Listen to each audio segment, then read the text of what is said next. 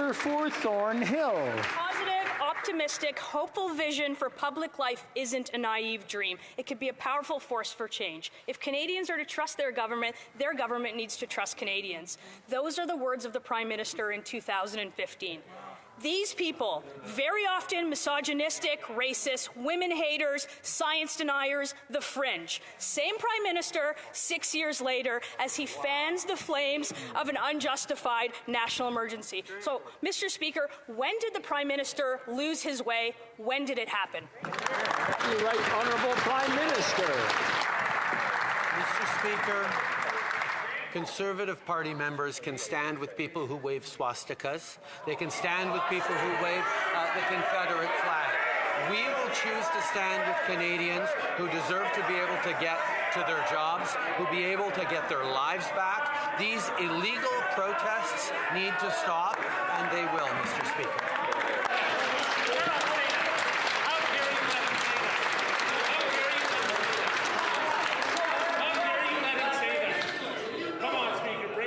I just want to remind the honourable members, including the Right Honourable Prime Minister, to use words that are not inflammatory in the House, and that's for both sides.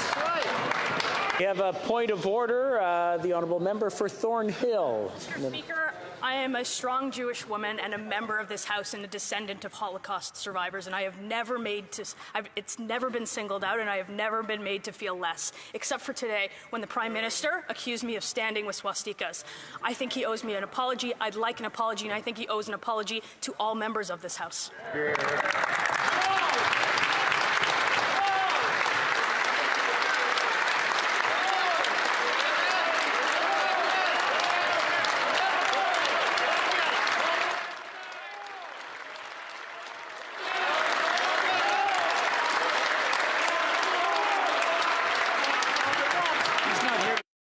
Member for Sturgeon River Parkland.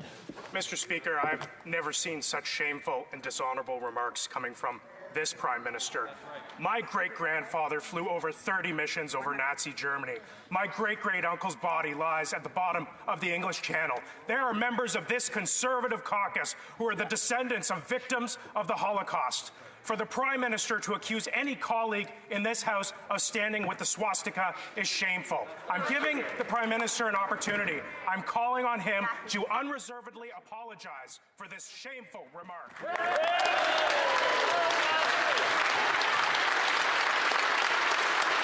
The Right Honourable Prime Minister. Mr. Speaker, Canadians deserve their freedoms back. Mr. Speaker, these illegal blockades that have continued to interfere with people's livelihoods, to interfere with people's daily lives, have to interrupt the Honourable Prime Minister, so ask everyone to calm down so we can hear the answer. The Right Honourable Prime Minister.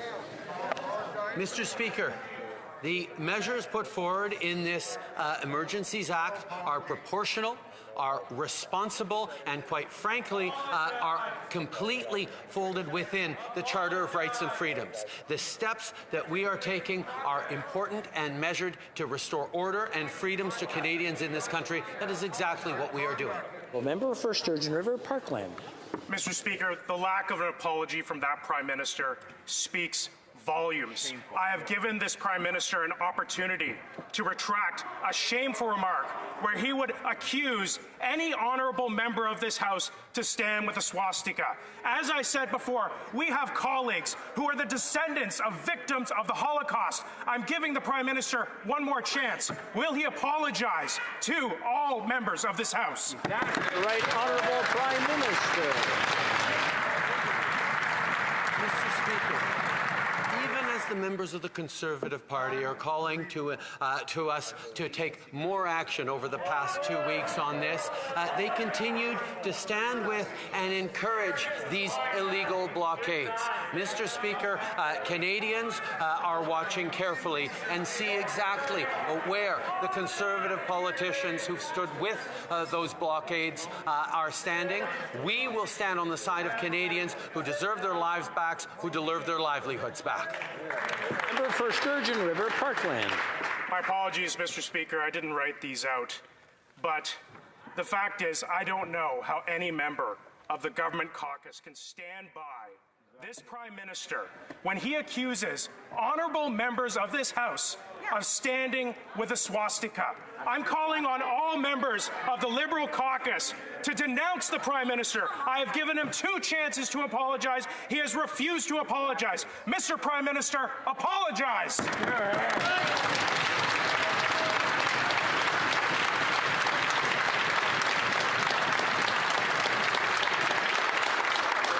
Once again, I want to remind the honourable members, I know this is getting emotional, but place your questions through the Speaker, not directly to each other.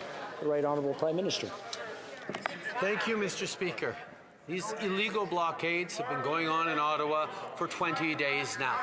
People have been interrupted in their daily lives, have been made to feel fearful, have been made to miss shifts at their work across southern Ontario. These are things that cannot be stood for, which is why we're moving forward with a responsible set of measures to allow the local police jurisdiction to do their jobs. We continue to defend freedom of expression, freedom of assembly, as long as it's peaceful and legal, Mr. Speaker.